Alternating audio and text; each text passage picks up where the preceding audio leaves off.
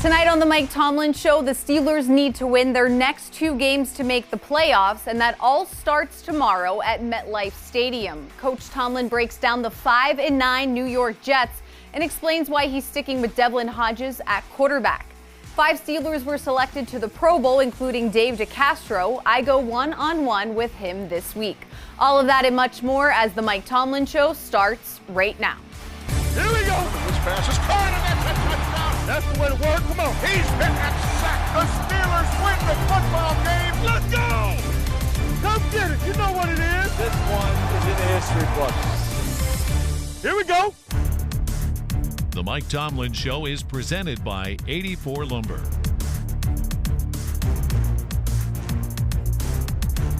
Good evening, everyone, and welcome to another edition of the Mike Tomlin Show presented by 84 Lumber. Bob Pompeani here with Coach Tomlin. And first of all, let's just talk about what happened last week, kind of a missed opportunity. It seemed like a game between 2 very good defenses, and it was going to come down to the very end. It did. You guys didn't get the win, though. Really, I think that's in a snapshot how the game unfolded. We knew that their defense was really stout as well, and it was about what defense could make the most splash, and they made the most significant splash. They got a turnover at the end of the first half to quell a scoring opportunity for us after we had gotten the turnover and put our offense on the short field. I thought that was a significant moment. And then I thought after we crossed the midfield in the second half and we had 1st and 10, I think on the 43-yard line, the pick that was returned down in the scoring territory, which eventually tied the game up 10-10, were 2 significant plays made by their defense that really kept the game in striking distance for them when we had an opportunity to maybe control it in some way. And then we went on and played from there. They made a few bit more plays than we did. But like you said, it was 2 tough defenses. We got to do a better job of taking care of the ball than we did in that game. And I think if we do that, we would have come out with a different outcome. Seems like every week the quarterback situation arises. And, you know, Devlin had his first opportunity against a lot of adversity, being down in the 4th quarter where he needed scores. Can you assess his performance and what you're looking at this week? Well, it wasn't good enough. You know, we got to take care of the ball. He wasn't able to do that. We'll begin anew this week in terms of prep and ultimately play. And we look for a bounce back from him. And I think it's reasonable to expect that. I think we all grow from our experiences, and particularly when you're at the early stages of your career. I'm sure there were some lessons learned from him, and I'm anxious to see him apply those lessons learned in the next hostile environment and opportunity. When you look, Coach, at the run-pass breakdown, there were a lot of passes in that game. Was the intent going in to do that, or is that just how the game unfolded, or what was your intention there? It's really just how the game unfolded. They're a stout group, and you got to give them credit, but also as we got behind and time became a factor, some of the things that we've done in recent games, controlling the game, having a lead in the 4th quarter, and really, you know, running the ball and controlling it, we weren't in position to do. So oftentimes the run-pass percentage looks like the way it looks when you lose. One of the things we've noticed is over the middle. I know you've had some injuries with tight ends. There are a lot of spaces in the middle, which normally you run slants or utilize the tight ends. That's been missing. Do you try to get that back, and if so, how? You know, we will, but, you know, if you got red paint, you paint your barn red. Like you mentioned, we've missed a lot of people who make significant plays on the interior part of the field. First and foremost, Juju. Secondly, Vance McDonald. And then thirdly, the number of backs that have missed some time. Those are the guys that comprise the majority of the plays that make up the playmaking in the interior part of the field. So we've had to adjust, and we will continue. And might not have any easy solutions in that regard, but, you know, the expectation is still the same. I expect the guys to do enough to win.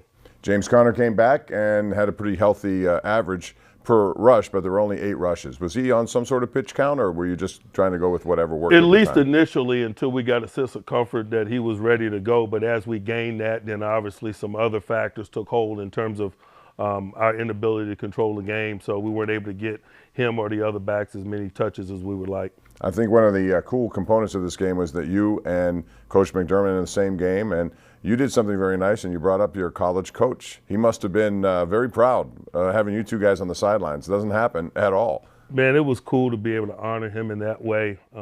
He is so deserving. He's been such an inspiration to Sean and myself, but not only us, others inside the profession and out that had an opportunity to play for him He's a leader in every sense of the word, man, and it was just really cool to be able to spend some informal time with him, and hopefully he enjoyed watching us work. Back in the day, did you guys ever think about being head coaches in the NFL at the time, or was it just a gradual thing? No, definitely didn't think a lot about it. Definitely didn't think about, spending quality individual time with Coach Laycock. It was good to do that. All right, well, next up now, we move ahead and talking about the New York Jets. That's on the schedule. It's the first of 2 on the road to end the season. We'll get Coach Tomlin's thoughts about that and going against Le'Veon Bell. It's all coming up. Right now, let's go back to Missi Matthews. Thanks, Bob. And it's not just Le'Veon Bell who plays for the Jets. There's also Steve McClendon and Calvin Beachum. And don't forget, Hines Ward is an offensive assistant for them as well. Coming up next on the Mike Tomlin Show, Dave DeCastro talks about facing a tough Greg Williams defense tomorrow and gives us a one-liner on each of his teammates who were also selected to the Pro Bowl. Stay tuned to the Mike Tomlin Show. Welcome back to the Mike Tomlin Show.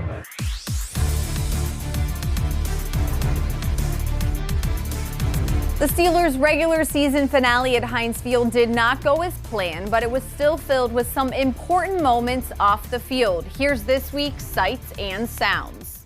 Football is a brotherhood. The second 2 men go into battle together, they become a part of one another's family. Leave it out there on the field for your brothers, and let's go get this win. Hey, smash on 3. 1, 2, 3. Yeah. Whether sharing the same colors or on separate sidelines, that bond is carried throughout their football lives. Come on, bro, let's get it. All the best to you, man. You know. Family here, man. Get to go against younger brother today, man. Got to show them how we do it here in Steel City, man. The family affair in Pittsburgh doesn't come without tension. The fight for wild card positioning still lingers on the minds of the Bills and Steelers.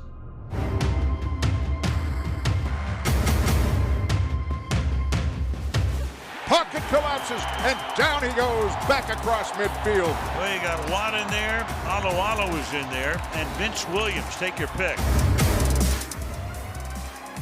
Fires that pass as a man open down the field. And the pass is pulled in by James Washington.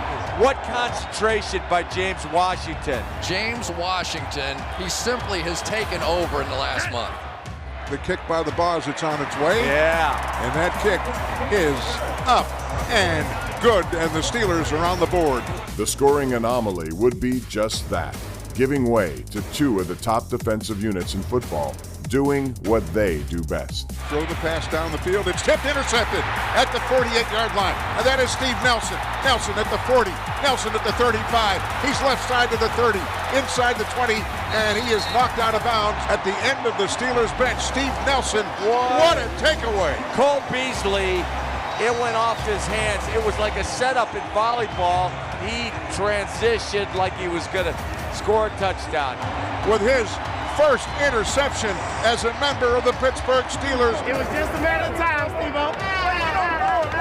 Yes, sir. 2 Well deserved. Sando. The second half of the throw that's caught by Johnson, Deontay Johnson. One big playmaker on the outside for the Steelers right now is Deontay Johnson. Connor with the give, breaks into the secondary, breaks out to his left, inside the 20, inside the 15, and is tackled as he approaches the 10-yard line. What a move by James Conner on Micah Hyde. And here comes the pass to the right flat. Making a man miss and getting to the goal line is James Conner, and that's a Pittsburgh Steelers 10-yard touchdown. Wow, how did he do that? Oh, because he is hungry, Billy. Levi Wallace that time had no chance. Defensive backs simply do not get him on the ground.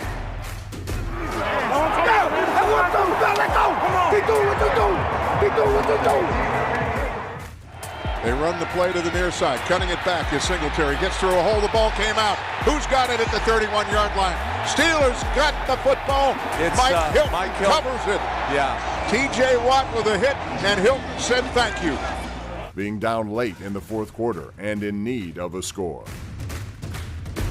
Rolls left, check down to the left flat. Running with the football and getting a spin move is Deontay Johnson.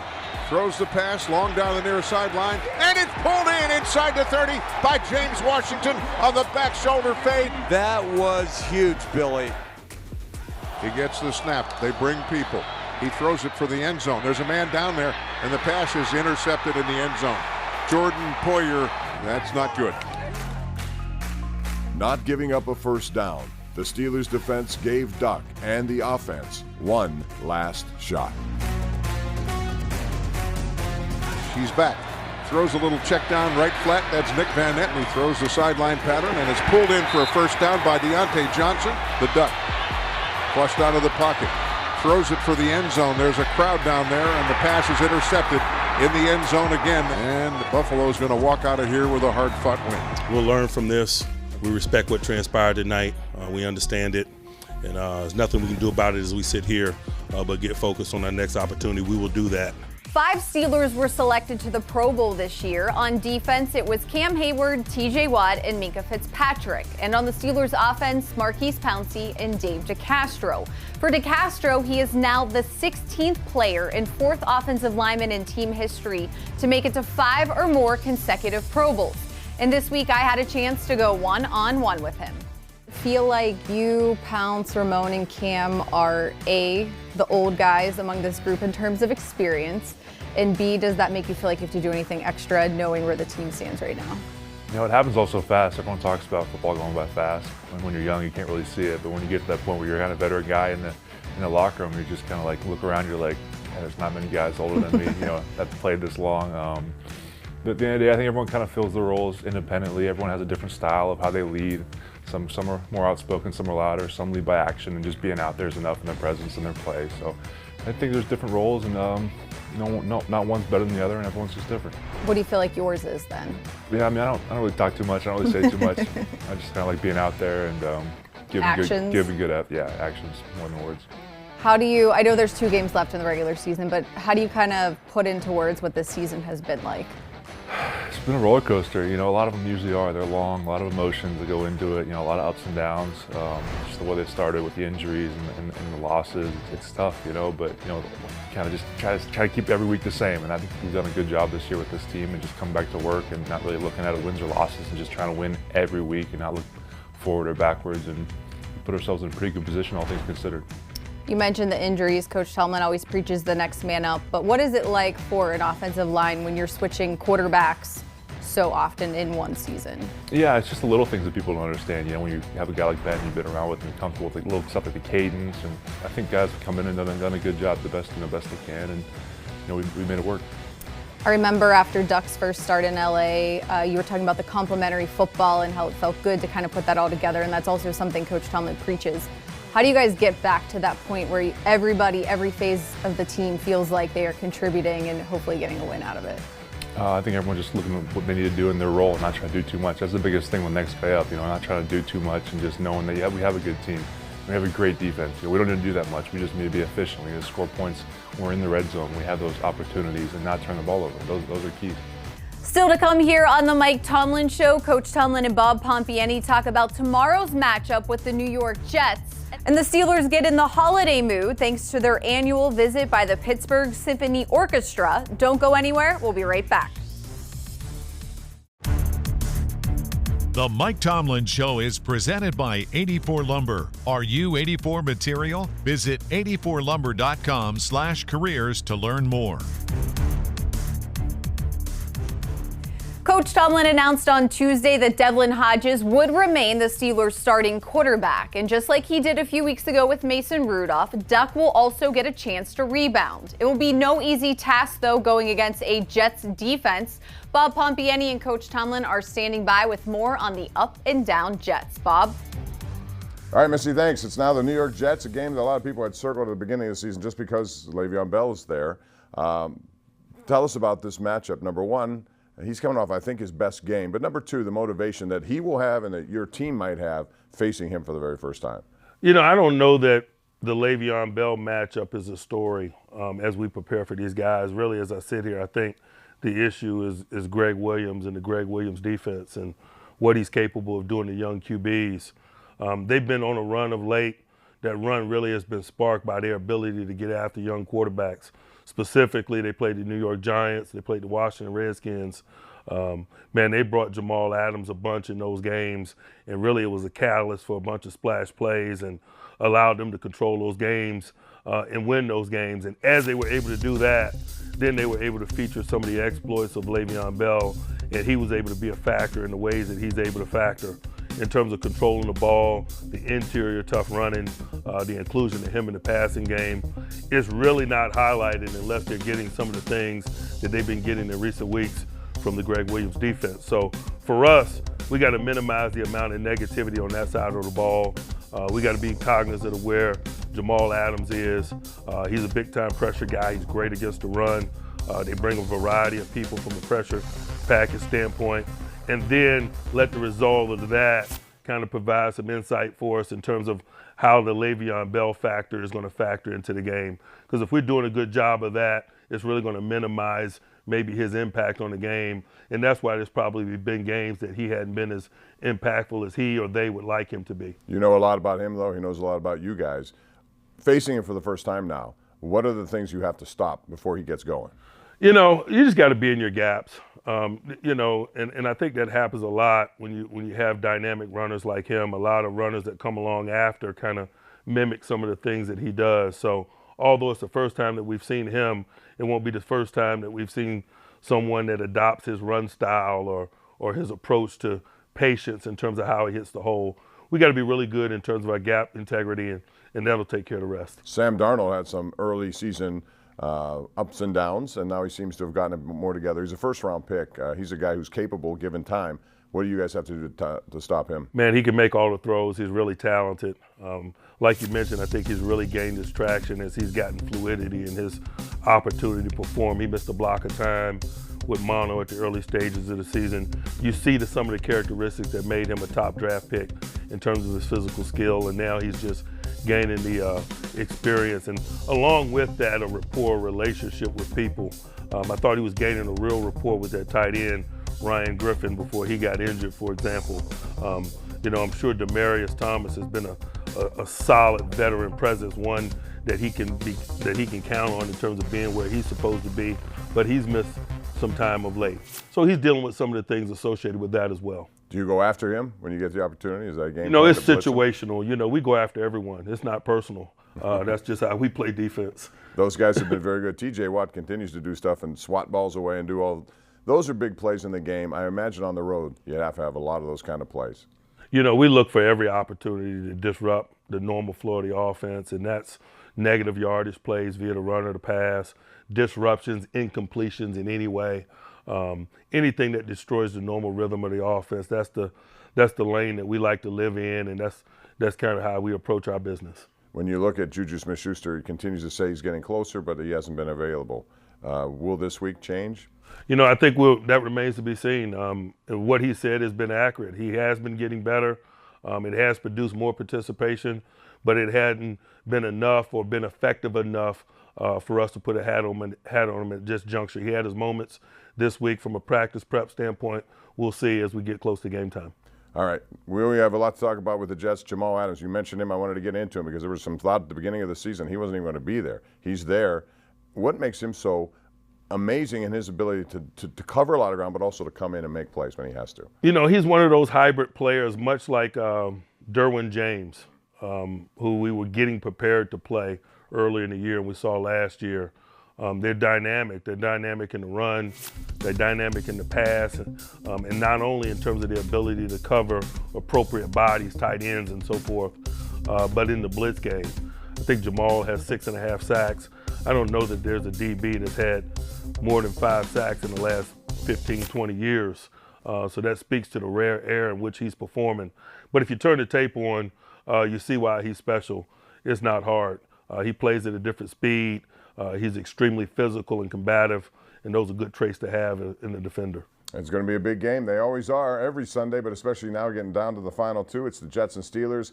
We'll have it for you on KDKA TV. When we come back, a final word from head coach Mike Tomlin. But right now, let's send it back over to Missy. Okay, thanks, guys. We are not done yet here on the Mike Tomlin Show. Coming up next, Coach Tomlin explains the relationship between the Steelers and the Pittsburgh Symphony Orchestra, and we give you an inside look. Keep it locked in here at the Mike Tomlin Show.